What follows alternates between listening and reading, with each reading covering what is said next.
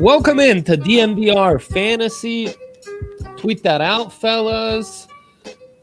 Welcome. That was a fun week of fantasy, I'd say. Fun week. Lots to get into here. As always, the wheel always churning on the running backs here.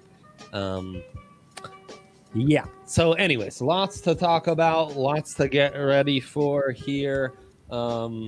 As week 9 is in the books and we preview week 10. Does that sound right? That can't be right. I think that's right. I think it was week 10 in college football, which threw me off today when I was trying to go back and watch some of those games. Right. Yep. Time flies when you're having fun, I suppose. Okay. Now, let's start with some victory laps, celebrate our best calls of the week. Guy, go ahead. Winner's lap, your time to shine. What was your best call from last week? That's a tough one. I just had so many, I think we should go back to this debate about how we feel about the Broncos defense. You're very adamant that the Broncos have a good defense, and yet again they prove that they are as stout as wet toilet paper against the pass there. They gave up, I think, 283 passing yards in the first half alone. In the second half, the Falcons didn't even need to pass the ball because they were up by so much. They were just running the clock out, but they surely would have given up more had the Falcons needed to pass the ball more. Drew Lock still played, from a fantasy perspective, he still got you points, but in the first half he didn't look so hot. But Matt Ryan, he gave you a pretty good fantasy week there. Honestly, this is one of those cases where it would have been better had the Broncos put up more of a fight. But, I think it was still usable there. This was a pretty high-scoring week for quarterbacks in general. I was looking at Justin Herbert. He still finished as the number 10 quarterback, so technically top 10, technically a QB1. But he got you 23.4 points, which is, nobody's going to complain about that, right? Yep, and then also last on week. That quarterback theme, Josh Allen with that big comeback performance there. Obviously it's the Seattle Seahawks, and you would expect a get-right bounce-back performance from a guy against Seattle. But that was huge, and that, from a real-world perspective, that was a statement win for the Bills, I think, because the Seahawks were looking like serious, top of the NFC right there, along with the Bucs, who faltered too. So I thought it was a really good week for Josh Allen, who we have, I wouldn't say slandered, but we've definitely, talked him down the past 3 or 4 weeks as he's been trending that way. But this was a good redemption game for him. Henry certainly has, and you were high on that, reminding listeners that Seahawks defense is one you want to target in fantasy, while Hank slandered. Weird approach on your first take, though, since you clearly lost that bet. And you're making the same point I made about Justin Herbert a week ago. So very odd for you to jump the gun on eating crow in the winner's lap. But yes, that was a good call by Josh Allen. Second highest scoring. Hey, a bet's a bet, right? That's what you were saying last week. Second highest scoring quarterback in all of fantasy, 36 points. Very, very impressive. Needed that from Josh Allen, who was in an absolute free fall. Henry, go ahead. What are you celebrating today? What do you want to talk about on your winner's lap? I'll talk about Antonio Gibson. He has finally just solidified that job. And sure, it was only the 20 rushing yards, which isn't great, but he ran for a touchdown. He was productive in the passing game. And if you had him and you started him this week, you're pretty happy. And I don't think, I guess he did get the touchdown, but I really do think that he's kind of turned the corner to the point where he should be seen as somebody who is your starter week in and week out. And I hate that when I say that, I feel like that should have been the case probably 3 weeks ago, just because of how hard it is to find decent running backs.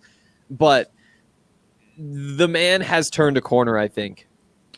Yeah, and oddly, J.D. McKissick, who with 9 receptions for 65 yards, scored really highly in PPR leagues, outscored him on the week. So still a bit baffling for that Washington football team backfield.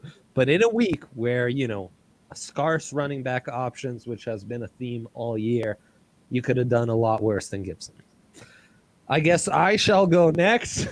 My best call of the week, of course, was that Matt Ryan was not going to be a top 10 quarterback. He was. No, he wasn't. I'm looking at him right now. What is he? 12th or 13th, sir. By how much? And where are you getting your scoring metrics from? Because I'm showing him 22.36. Drew Brees, 22.68. Justin Herbert, 23.44. Deshaun Watson, 24.24. Cam Newton, 24.56. And so on and so forth. It was a high-scoring week for quarterbacks, unlike last week. So, we've split. We split here. Matt Ryan is 12th. Thank you to Cam Newton. Thank you to Drew Brees, who in those primetime games, because at the end of the Sunday 2:00 games, Matt Ryan's sitting right there at the 10th spot, and I'm losing the bet because top 10 is top 10. 10th still counts. But then Cam Newton and Drew Brees come through for me. We should also mention Matt Ryan thoroughly outplayed by Drew Lock, Teddy Bridgewater, Ben Roethlisberger, Cam Newton, which was a pick I gave out. So there you go. Hey, you got to take those victories as they come. I also had a good call, as I always do, on Will Fuller. Yeah, I scored Russell Wilson too. Jesus. Isn't that crazy? That's crazy, my friend. I will get to another quarterback he outscored, kind of surprisingly, when it's time for me to eat crow. Will Fuller, Jamison Crowder, 2 guys that have done me well this year, did me well this week. Crowder almost didn't, but he gets that nice touchdown, which pulled it out. And I said, sneaky, if you need to start Wayne Gallman, I like Wayne Gallman the rest of the year. I like him. Darn it all, if it wasn't for Saquon, I would like him in keepers and dynasties even more. So there you go. I could even say we had a heated argument about David Montgomery, and what happened? All of a sudden, David Montgomery's touches vanished. He got injured. They didn't just all of a sudden vanish. He got injured. Oh my god. They vanished though. And I would like to just come back to what I was saying about Lamar Jackson. We gotta rename this episode to the double standard episode. Lamar Jackson, like I said, most average quarterback in fantasy football. This week, quarterback 19. Couldn't quite keep up with guys like Tua Tagovailoa, Joe Flacco, Nick Foles, Jake Luton. It's a pretty tough group right there, and so you really can't blame him for falling behind those guys. He did just edge out quarterback 20 Garrett Gilbert, though. Tough matchup, Henry. You know that was a tough matchup. Yeah. It doesn't matter. If you're the reigning MVP, the matchup should be tough for the defense facing you, right? You would think. But instead, he is now quarterback 13 on the year, actually moving up from quarterback 14 last week. Also 13th in points per game. There is not much to like from a fantasy perspective. Yeah, it's true. It's true. Poor Lamar. Yeah, you're right. I mean, if you drafted him where you drafted him, you were hoping to start him even when he'd face the lowly Colts, who aren't so lowly anymore.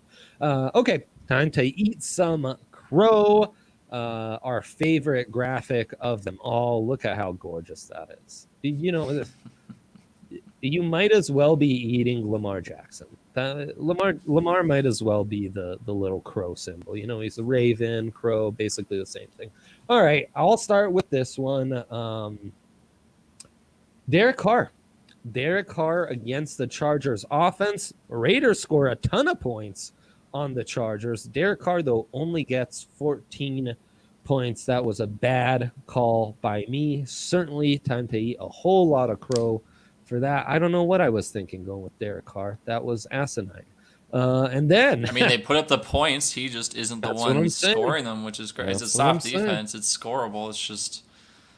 Yeah, he just wasn't the one that got him. I don't know if it was that. That's not such a bad call. It's just unfortunate, I would say. Hey, gotta eat crow for it regardless. Devontae Booker, who had him scoring 13 points this week in PPR formats, that was insane. The other thing I need to apologize about and eat some crow for, really thought it was time to jump ship on the Jacksonville Jaguars, and then one of my preseason favorite players, DJ Chark, goes off. Jake Luton looks half decent. James Robinson still a very viable fantasy guy. So my apologies to the entire wow. state of Florida, all of Jacksonville right there. So I would say that has more to do with the Texans D than it has to do with Jake Luton specifically. I know we know who James Robinson is at this point after 9 weeks. I guess 8 if you count their bye. But Jake Luton, I mean, that's his first start against what is honestly an atrocious defense. So I don't know if I'm like a believer in him, so to speak, but I think that James Robinson has shown that he has staying power.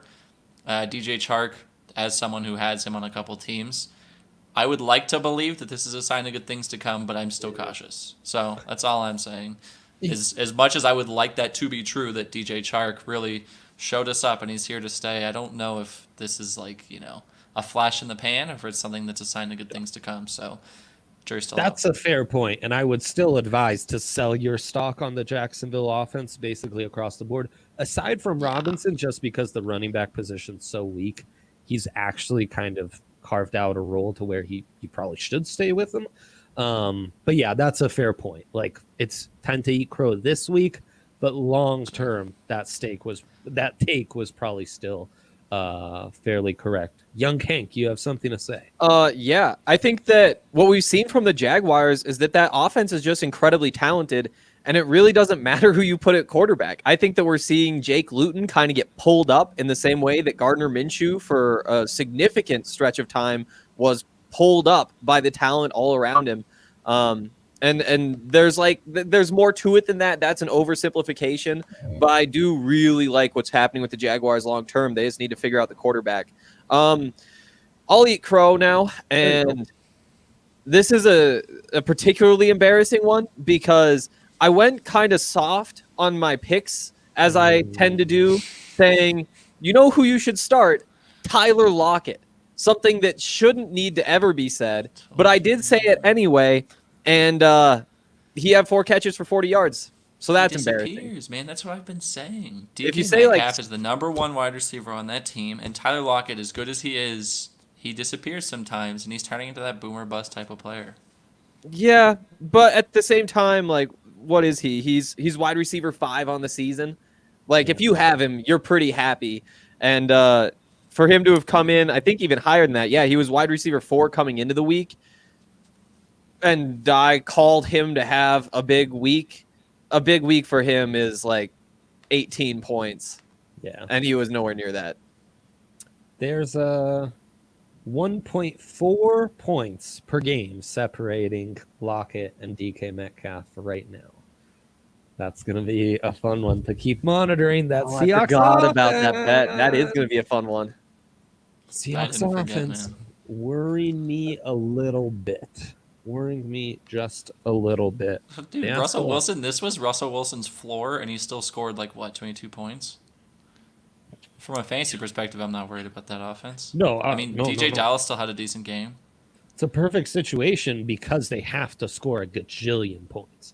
Yeah, that's exactly what you want. Totally. And they're very competent as well. Russ is like between, I'd say Russ and Kyler, those are the top 2 MVP candidates, correct? Yeah, for sure. Door's still open for guys like Mahomes or Rodgers or what have you. I think you're going to see a big run from Aaron Rodgers. Now Devontae Adams is back. My goodness, I think that might be the best receiver in the NFL. And I think he might be playing with the best quarterback in the NFL. Like, he has been unstoppable since he came back, and I don't think that's going to go away. Yeah, he's going to have almost like stupid Michael Thomas style production.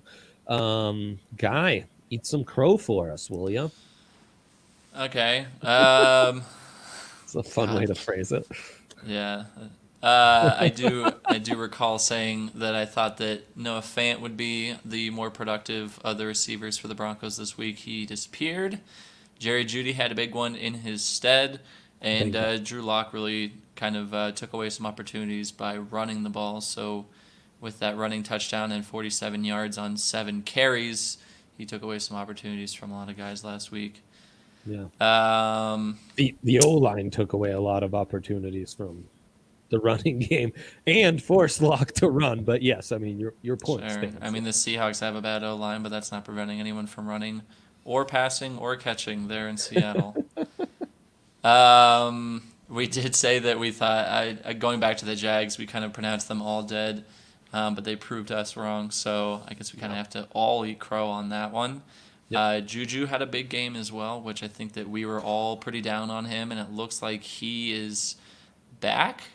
I'm not entirely sure. This is like two games back to back. But, after, what is that, 7 previous games where he didn't really do anything else? I guess 6. I don't know. You're kind of right. It's still a small resuscitation. It's a small sample size, and you of all people know about small sample sizes and extrapolating on that. But at the same time, I think it's something worth paying attention to, something worth noticing. So, I guess Juju Smith-Schuster showed us all up on that one. That's a good one to bring to light, Juju. Yeah, you're right. 17.5, 13.7, 21.3 the last 3 weeks. And we had pronounced him fantasy dead. Henry, broke out the old AP handbook and was writing that, RIP to Juju, the eulogy. Yeah. But I think that's the word you're sure looking was. for there. It was. You know who looks incredible on that offense, though? Deontay Johnson. Yeah. I had kind of put him in a box as being one of those like gadget guys who you find a way to give him the ball and let him go make some plays. But he has turned into like an actual very good receiver. Like the route running, the ability to create separation, catching footballs on top of what he did before. Deontay Johnson is going to be real special, I think. Yeah, they had 3 wideouts over 14 points in PPRs with him, Juju, and Claypool. I should mention, we should circle back. I'm glad you brought up the Steelers. James Conner, I thought, was going to light it up against the Cowboys. I know. That whole game was confusing. CeeDee Lamb had a good game, too. And we pronounced basically everyone on the Cowboys dead, although Zeke's still remaining irrelevant. But CeeDee Lamb had a good game, which I guess we all have to eat crow on that one, too.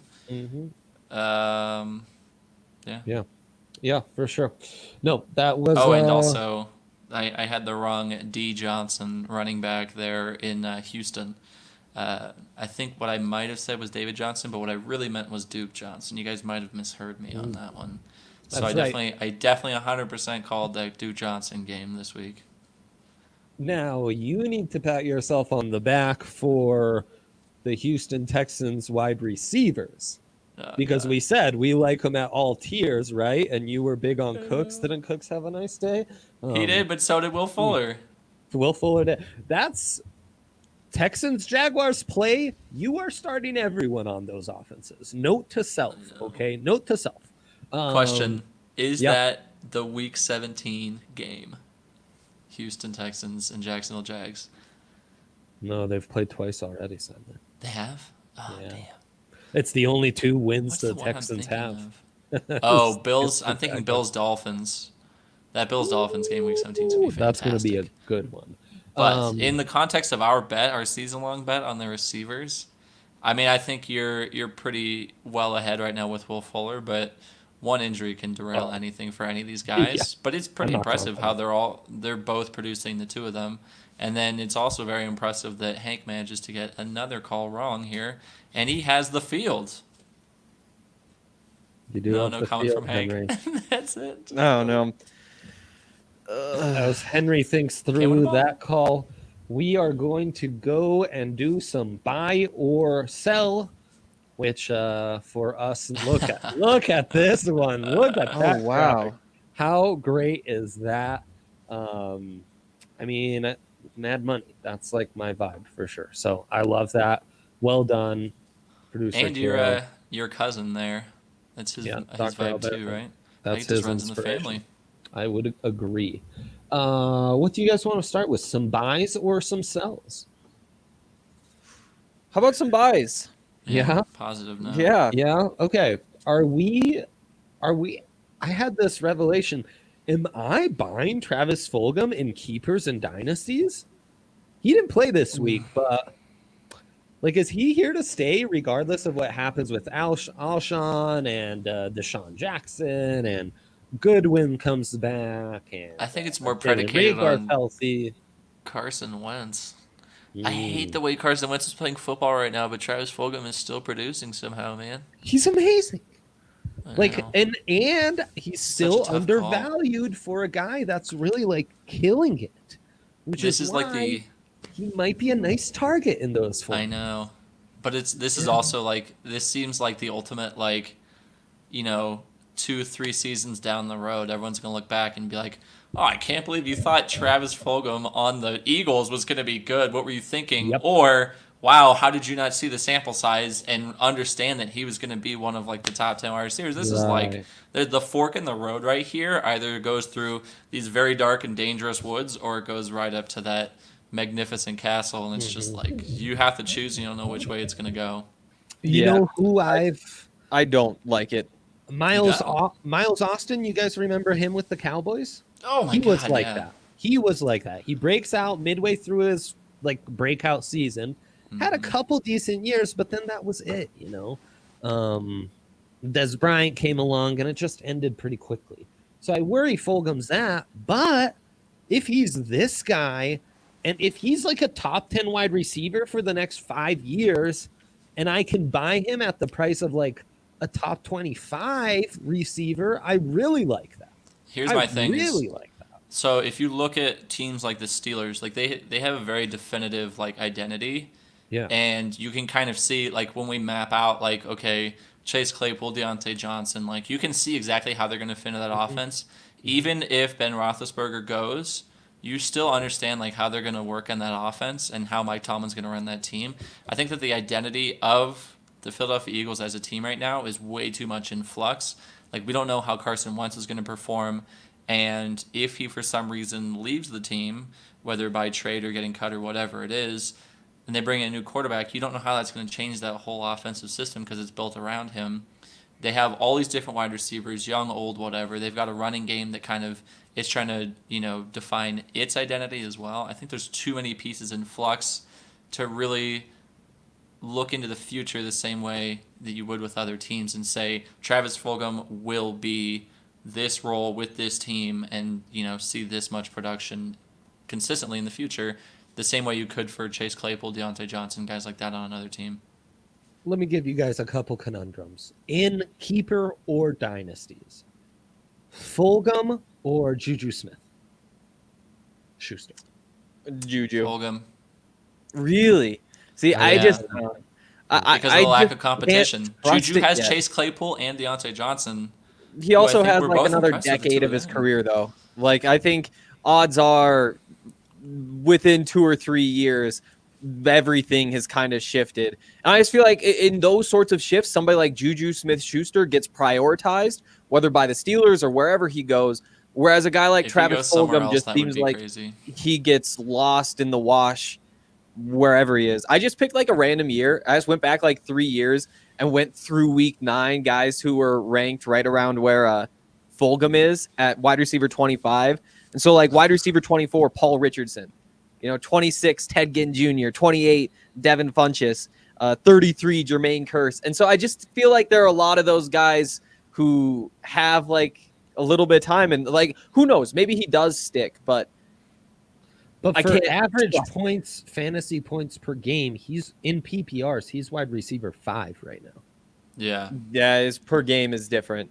Yeah, when you look through, only a couple of those guys missed time. So that's But why, yeah. and I think I'd go Fulgham too, because it goes back to what you were saying. If the quarterback's what scares you off about Fulgham, then Big Ben's only got another year or 2 max in him. So I give the advantage to Fulgham. But it's an interesting question. DJ Moore or Fulgham? Fulgham, easy. DJ Moore, like, But coming into the year, DJ Moore, we were ranking him like 12, wide receiver 12, I know, man. but he's completely underwhelmed. Like, he's had maybe 2 good weeks. Like, one was mediocre and one was, like, good. And then after that, they've been bad. And he just, like, he isn't even getting targets. Like, he just doesn't look like he's a part of that offense. And that offense is performing well, man. Like, Mike Davis is producing. Christian McCaffrey, as soon as he steps back on the field, is producing. Robbie Anderson is, like, what? He's, like, the wide receiver, like, 10 or 11 right now. And he just joined that team. Yeah. Like, DJ Moore's just getting left in the dust, and it's not the fact that the offense as a whole is underperforming. He's just not part of the game plan, it feels like. So, yeah, I'd way rather have Travis Fulgham than DJ Moore at this point. Completely agree. Not that DJ Moore doesn't have talent. He just doesn't look like he's involved. I don't know why. I think everyone's confused as to why. Yeah, he had a couple good weeks, but they're spreading the wealth for sure. Yeah. And I feel like this is just a thing that happens. Like, development isn't linear. Like, it's still a guy who's 1 year removed from being a 22-year-old who put up almost 1,200 receiving yards. And again, when you have good, sustained production like that over the course of a season, I just trust that so much more, even if he has taken a step back this year, than Travis Fulgham, who is a flash in the pan as of right now. I understand going with Fulgham, but I just don't think I could do it. No, I mean, and either sides of these, you could make an argument for value in these keeper dynasty leagues. What about Fulgham or Courtland Sutton? I mean, you got to go Sutton, right? Like, you got to go Sutton. Unless you're in win now mode. Yeah. That's so tough. It's very hard for me to, like, extricate my fandom from this. But just looking at the weapons on the Broncos offense, Fant, Judy, Hamler, Alberto is actually decent. You know, obviously he tore his ACL, but he'll be back. You've got Lindsey and you've got Gordon, and now Drew Lock is able to move the ball with his feet as well. That's a lot of competition for Courtland Sutton. When the ball, you're only going to run so many plays in a game, and Courtland Sutton's only going to get so many chances. He's got a lot of real-world talent, but if you look from a fantasy perspective, that's a lot of competition, man. Whereas if you look at Philadelphia, that's a real changing of the guard in terms of offensive weapons there. Like Deshaun Jackson, he's pretty much done. Alshon Jeffrey, pretty much done. J.J. Arcega-Whiteside really hasn't done anything. No, he's doing nothing. I mean, so you've got Miles Sanders, Boston Scott, and then what's his name, Jalen Reagor. And between Miles Sanders and Jalen Reagor, they've battled a lot of injuries. Jalen Reagor hasn't really proven himself yet either, and they play different roles. I don't know, man. I would lean Sutton, but it depends on what situation you're in. But the fact that we're having these conversations for wide receivers that were firmly in the top 15 preseason, I think, is noteworthy. I could throw 2 more out in Amari Cooper, Allen Robinson. I want some speedier answers here.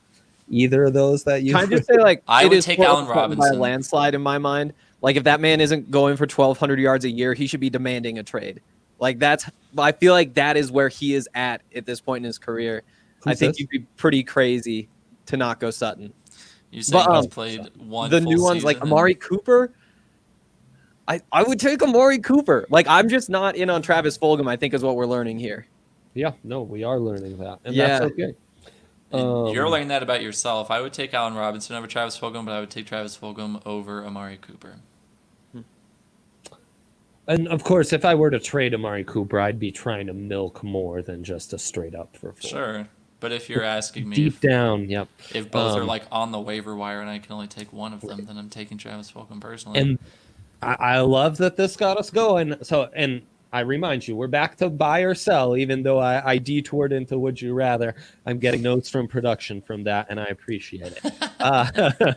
Henry, before we get back to some more juicy buy or sells, you have a shout out to make. Special shout out from Henry today on the show. I sure do. Our good friends over at DraftKings Sportsbook. Oh. Wow, you scared me for a second there, though, Dre. Even though you told me specifically this is how we were going to do it, that you were just going to toss it to me just like that, I was shook. I was like, who are we shouting out? Who did I like thinking through like the comments? Do we help somebody with a trade or something? No, we're shouting out the people who made my weekend so much fun, making so much money on Pac-12 football, DraftKings Sportsbook. This Sunday is going to truly be a Sunday like no other. With this weekend's major golf tournament, along with both professional and collegiate football, there will be no shortage of action. DraftKings Sportsbook, America's top-rated sportsbook app, wants to put you in the center of the action with so many different ways to make it rain. If you haven't tried the app yet, head to the App Store now because you do not want to miss this.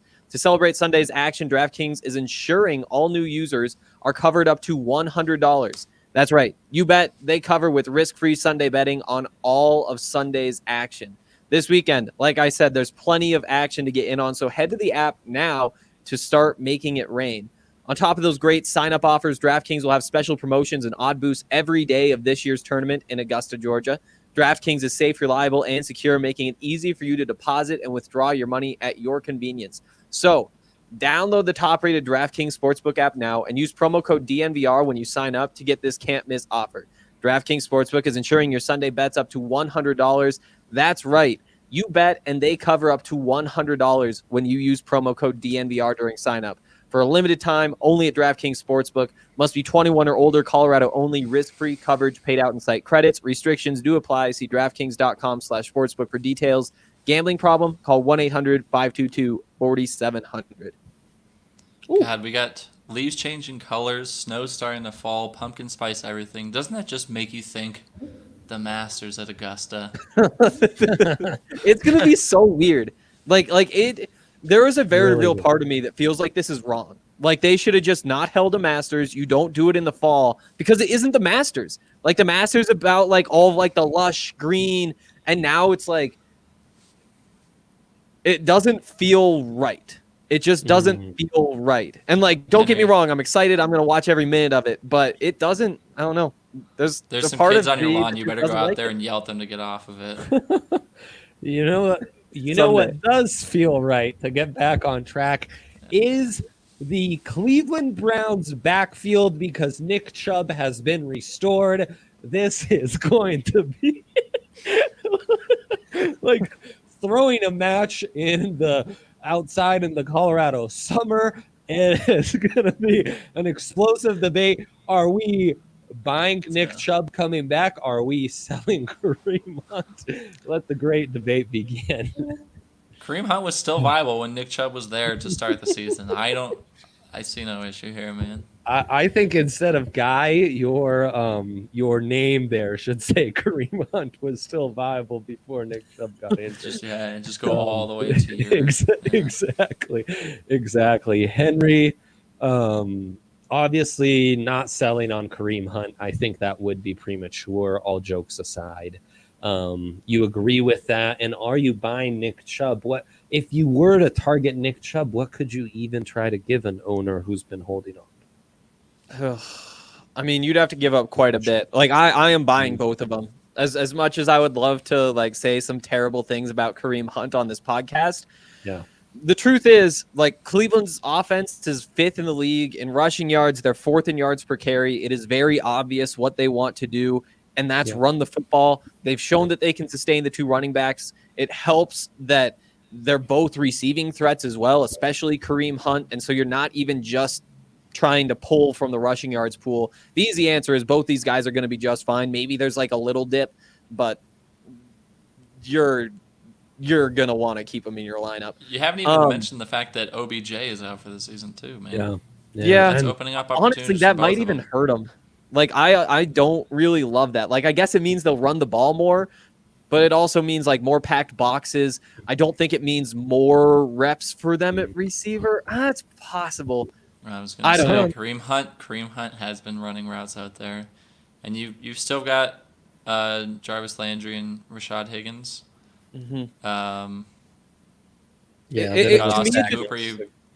I am very confident in both of these running backs, and so I kind of just don't want anything to change because what is happening isn't necessarily always working for the Browns, but it's definitely working for these running backs in fantasy football. And so any of those little things, it might help, not worth the risk, but obviously we don't get to choose whether OBJ gets hurt. But yeah, in terms of what you have to trade to get a Kareem Hunt, that's tough. I mean, I wonder, or targeting a Chubb either way. Because we don't know what to expect when he gets back. He's also kind of an unknown, and I think that you need to have some sort of risk. I'm not sure for safe running backs. Like, I don't think you give up Chris Carson for him. Yeah. James Robinson, Todd Gurley. James Robinson's an interesting name. I think Todd Gurley, if you can trade Todd Gurley for Kareem Hunt, you have to do it. Or Chubb. Yeah, or Chubb. From a trade composition standpoint, are you guys ever making trades 1-for-1 same position like this? I mean, wouldn't you be trading like a cross position? Like you'd have a team that has, they're rich at wide receiver and need running backs. Then you have a team that is rich at running back and need wide receivers. Those are the ones where you're going to see like cross positional. But like two teams, when are they ever inclined to trade with each other when they both, like you're not going to do a 1-for-1 positional trade? I don't feel like. So like in terms of like if I'm looking to get a Nick Chubb, like I'm looking at trading either, you say like a tight end, a quarterback, or a wide receiver. Yeah. So it's something like let's go back to Travis Fulgham. Travis Fulgham for Nick Chubb. A guy who's not doing it. Not doing it, even for positional scarcity? It depends on my depth, of Again, course. If you're hurting at running back, things like this, you have to take into account. Yeah. Like me this week, I've got, oh my God, I'm getting wrecked by the bye this upcoming week with the Chiefs out. And there's another team I forget, but like if you had Hayden Hurst maybe at tight end, who just coming off a nice week. I believe they're going on bye, are they not? Well, even reason more to I guess that's reason less to sell him. Yeah, I guess Nick Chubb, it's kind of like, well, you're kind of stuck. It doesn't make for a great debate on the pod, but I think the correct answer is no, you kind of stay put on both these guys, which is just fine. Emmanuel Sanders, on the other hand, back from injury, has a nice week. Are we buying that Emmanuel Sanders can keep this up after coming back and kind of get back to what he was pre-injury? I'm tempted to. I'm really tempted to. I mean, you look at the offense and you're like, this should work better than it has. I think Michael Thomas coming back, I think that helps Emmanuel Sanders as much as it helps anybody. I think that just opens things up for him so much. But I don't know. I think my thing is I expected Emmanuel Sanders to come in and just be a consistent option as a vet, but you're almost seeing like Traquan Smith be more of that guy where Emmanuel Sanders is kind of just like showing up sometimes and kind of touchdown dependent. So I don't think I can take Emmanuel Sanders, but last 4 starts, 15.6, 15.3, 24.2, 13.8. No, there's 3 weeks where he had the bye and was out for injury, but in PPRs, he is producing while he is touchdown dependent. That's surprising. Smith. What has Traquan Smith done? He made a couple of plays this time out. I know. And then there was that little speedy guy who looked really impressive too. So no, you wouldn't think, but Emmanuel Sanders has quietly been quite productive, averaging 13.7 in full PPRs. So that's why I wanted to bring him up as a potential buy candidate. Another guy who's kind of been creeping up, and I asked about this last week. You guys kind of said no, but Curtis Samuel, 11.4, 17.3, 21.4, 26.8. I wouldn't expect the 20s, but as a flex play at wide receiver, it's been kind of nice. We buying both these guys as kind of being able to sustain.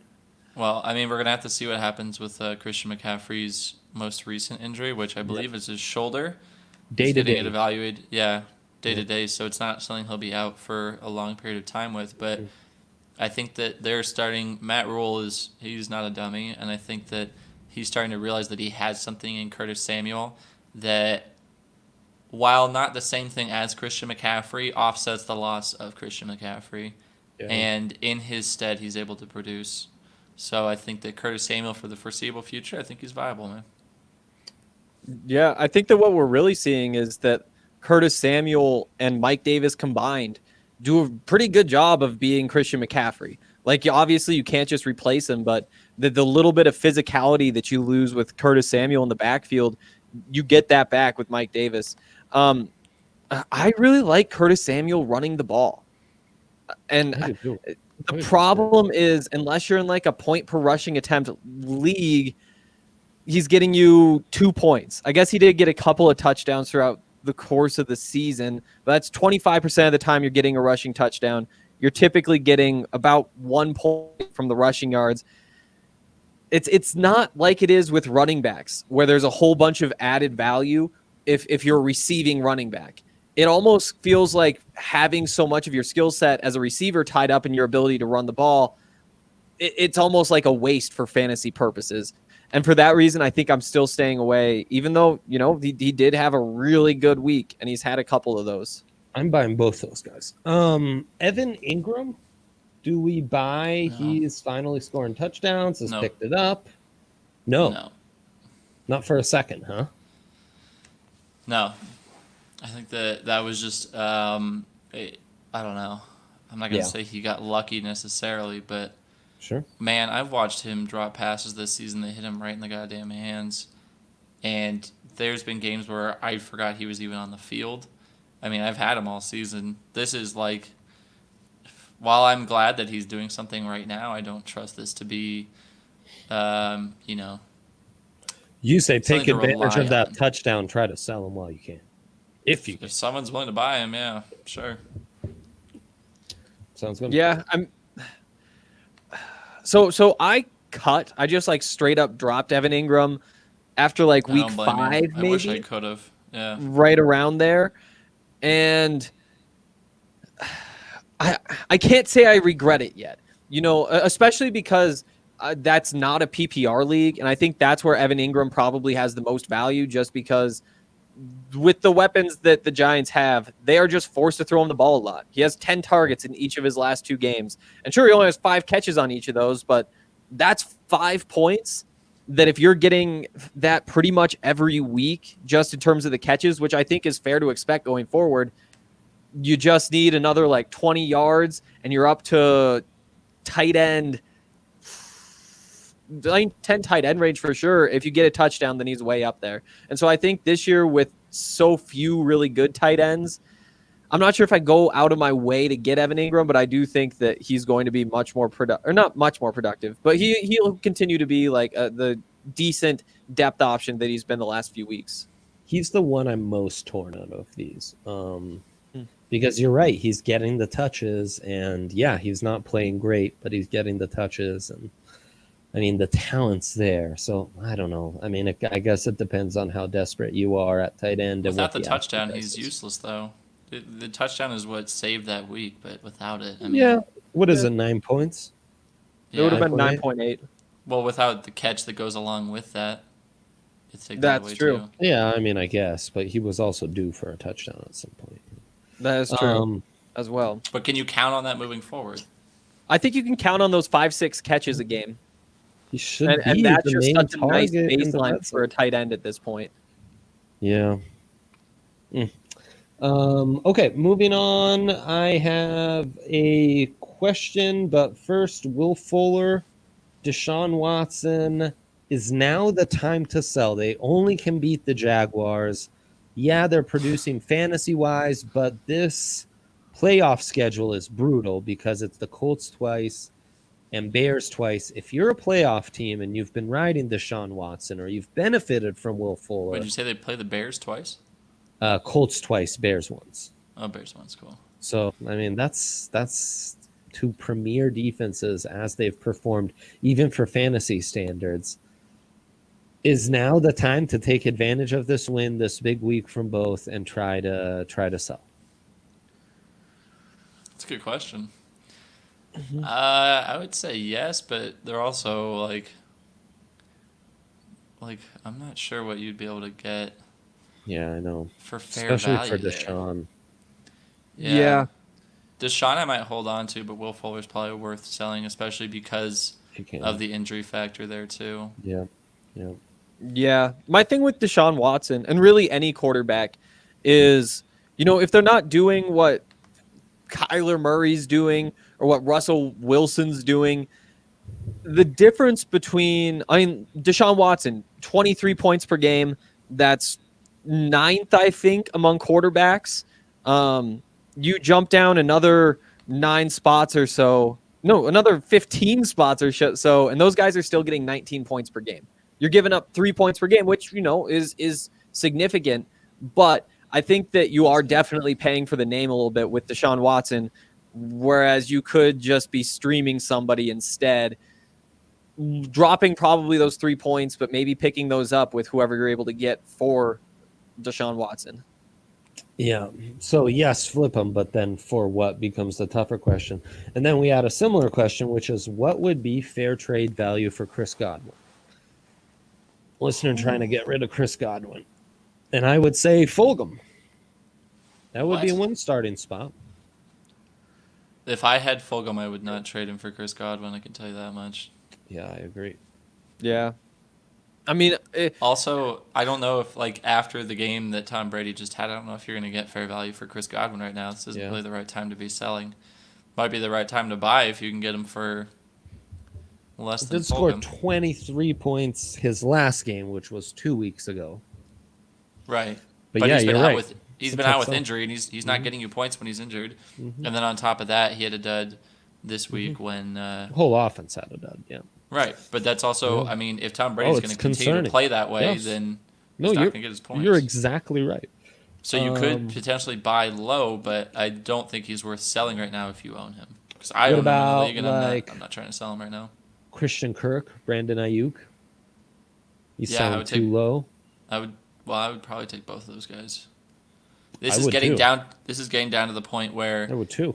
If you're like a 5-4 team trying to make the playoffs, you have to win every single week, and you can't be holding on to Chris Godwin because you're like, oh, in 2-3 weeks he might be back and he might be back to his same self. You need those points right now. You need them this week, and you have to make the playoffs before you can start thinking about, oh, this is his playoff schedule. This is what he could do for me in a couple weeks' time. You have to start winning right now if you're in that position. So, yeah, if you're like a 7-2 team, 8-1, whatever, then. Yeah, you can mine these sorts of long plays, but if you're in a position where you're trying to salvage your season as a 4-5, 5-4, even a 6-3, if you're in a tough time right now, you have to win. So, I think he's worth, if you can get an Ayuk or what was the other one? I forgot. Oh, anyway, Ayuk or Christian Kirk. Yeah, Christian Kirk, dude. Christian Kirk's been blown it up the last 2 weeks. Yeah, and that defense for the Cardinals is looking worse and worse as well. So that's another situation like Seattle where they're going to have to score a lot of points just to stay in games. Yeah, that's nice. We have to move on to Would You Rather. I'm going to start with one that is not really going to be all that applicable as far as fantasy trades, but I think it's a nice thought process because these are the only 4 flex players who are averaging over 25 points per game in full PPRs. This group of elite talents is Christian McCaffrey, Dalvin Cook, Devontae Adams, Alvin Kamara. For the rest of the year, who would you rather out of those 4? Pick one. Say it again. Crazy. Alvin Kamara, Devontae Adams, Christian McCaffrey, Dalvin Cook.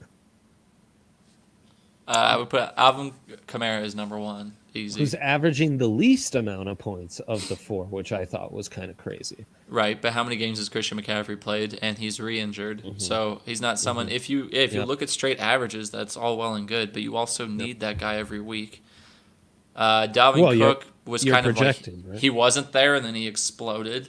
Yep. Devontae Adams, I think he's missed a little bit of time with injuries as well. Is that correct? Exploding. Yep. Yeah. He's exploding, yes, but I think that Alvin Kamara has shown the most consistency.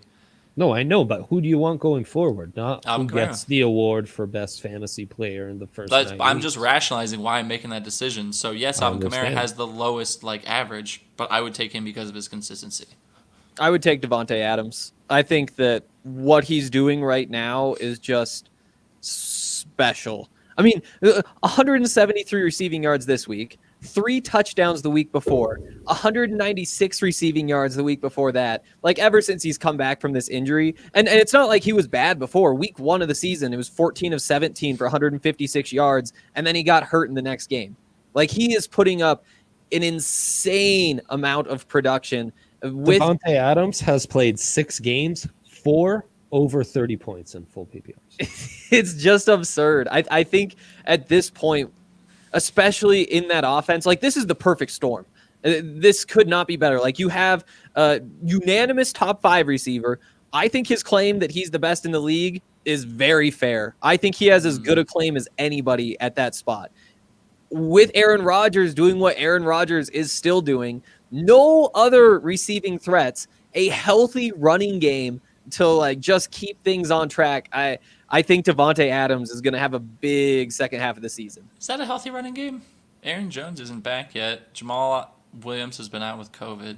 Yeah, You mean healthy as far as productive? Yeah, I mean, they'll be just fine. I mean, it might take a week or 2 for them to get back, but obviously that hasn't even hurt his production. I want to say Dalvin Cook, but the per game production of Davante Adams is, oh man, tough to deny. And you're right. I mean, Kamara's been absolutely insane so far this year. If you take into account positional scarcity, I think I would value these both running backs higher than both wide receivers, as well as both receivers are playing. Yeah, that's fair. If you're thinking like, if he's not there, then we're going to have to be pulling a running back from somewhere else instead of a receiver from somewhere else. But just straight across. I'm just talking in fantasy. Like, think about how many injuries there have been in fantasy and how you've been needing running backs. Yeah. If you have one of those top like 5 guys at running back, you're so much more set. We're talking about like Christian Kirk is coming on and having good games right now, and he's a guy you could have gotten off your waiver wires as soon as like 2 weeks ago. There are guys that are producing very well, like Curtis Samuel, again, producing very well, and he's technically a wide receiver. I think the difference in point per game between like the top 5 and like say like the mid wide receiver 2s right now is closer than your top 5 running backs and whatever the hell there is left from 10 to 20 there. Yeah, I think obviously the gap between Davante Adams as wide receiver 1 and the next wide receiver is much steeper than the gap between running back 1 and yeah, I mean it's a 6-point difference versus, a 1-point difference between Cook and Christian McCaffrey. So, I mean, frame from that. But yeah, I mean, that's a good point too. There's no wrong answer. All these guys are elite, but I thought that was just a fun thought process to do the would you rathers. The West of the would you rathers, I'm trying to focus on some waiver wire decisions. So we've only got 8 minutes. We got to be speedy about this. The Count sent us a riddle that we're saving for the Thursday episode. And that's where we'll focus on more questions, but hit us up with any of those at the end of this, and we'll try to get to those quickly as well.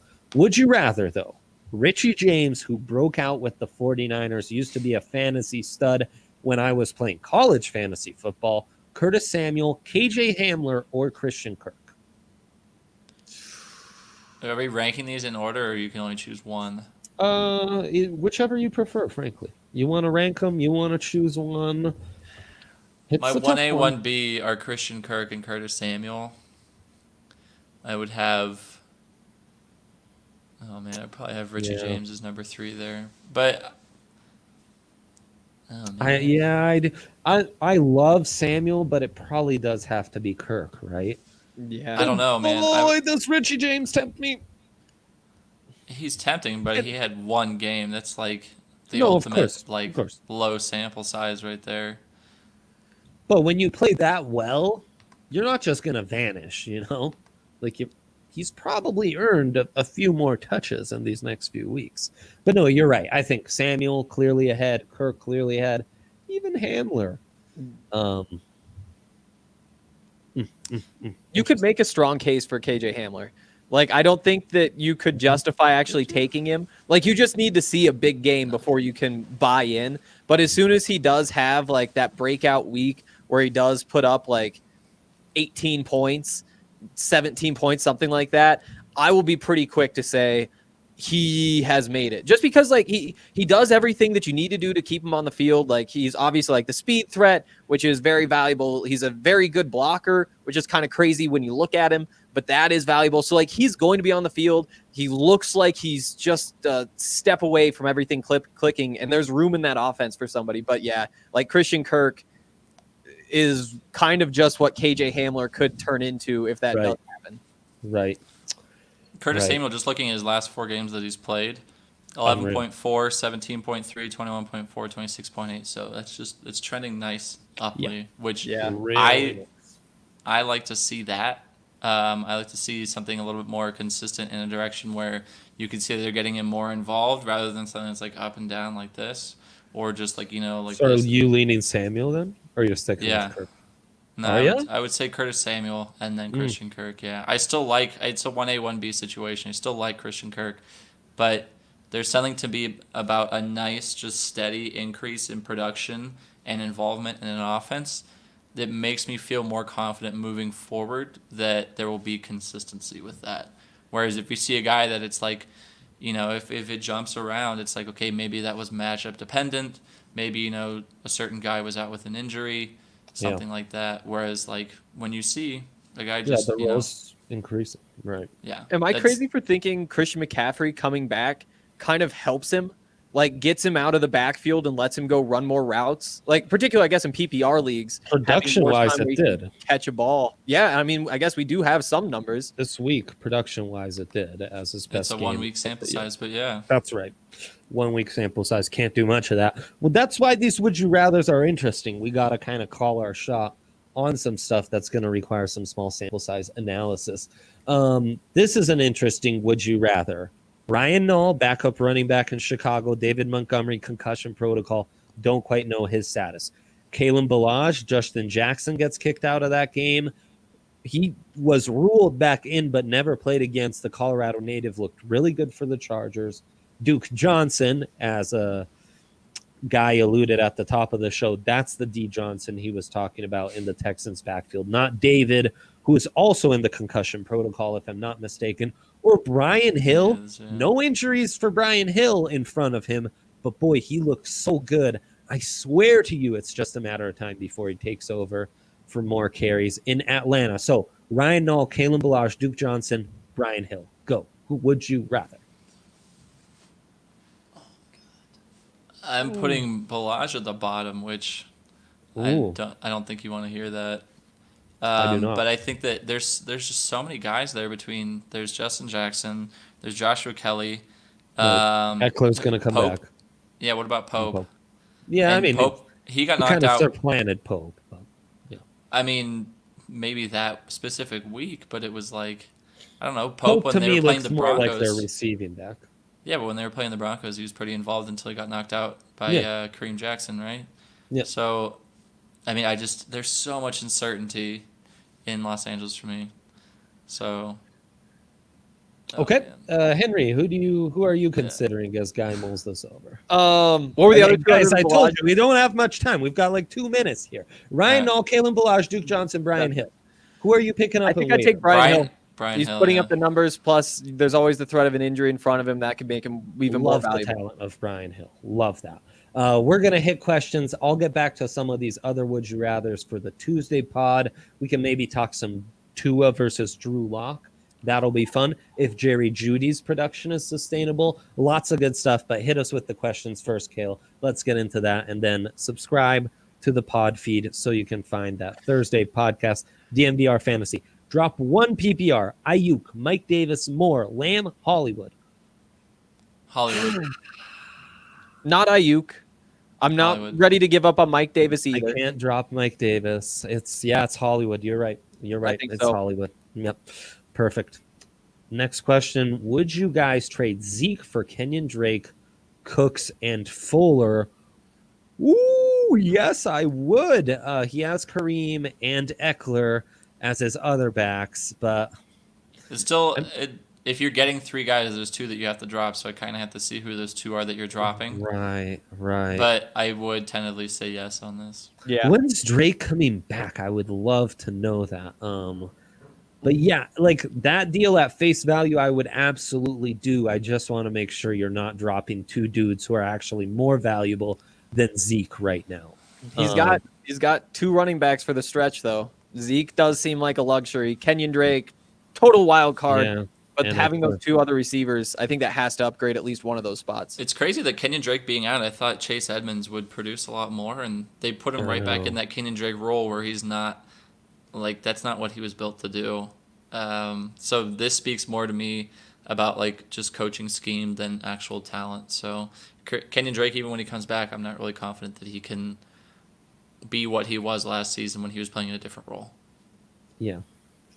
Yeah, I like it. If we don't have any other questions, we are going to hit up those questions for the Thursday pod. I remind you, get into your podcast app, subscribe to the DNVR Fantasy feed, and if you would, give us a review, like this video, subscribe to our YouTube channel, give this a thumbs up. That really helps us out as well. I thank you for joining us. I thank you guys for entertaining all my questions. We will be back soon. Best of luck on your waiver claims. See you soon.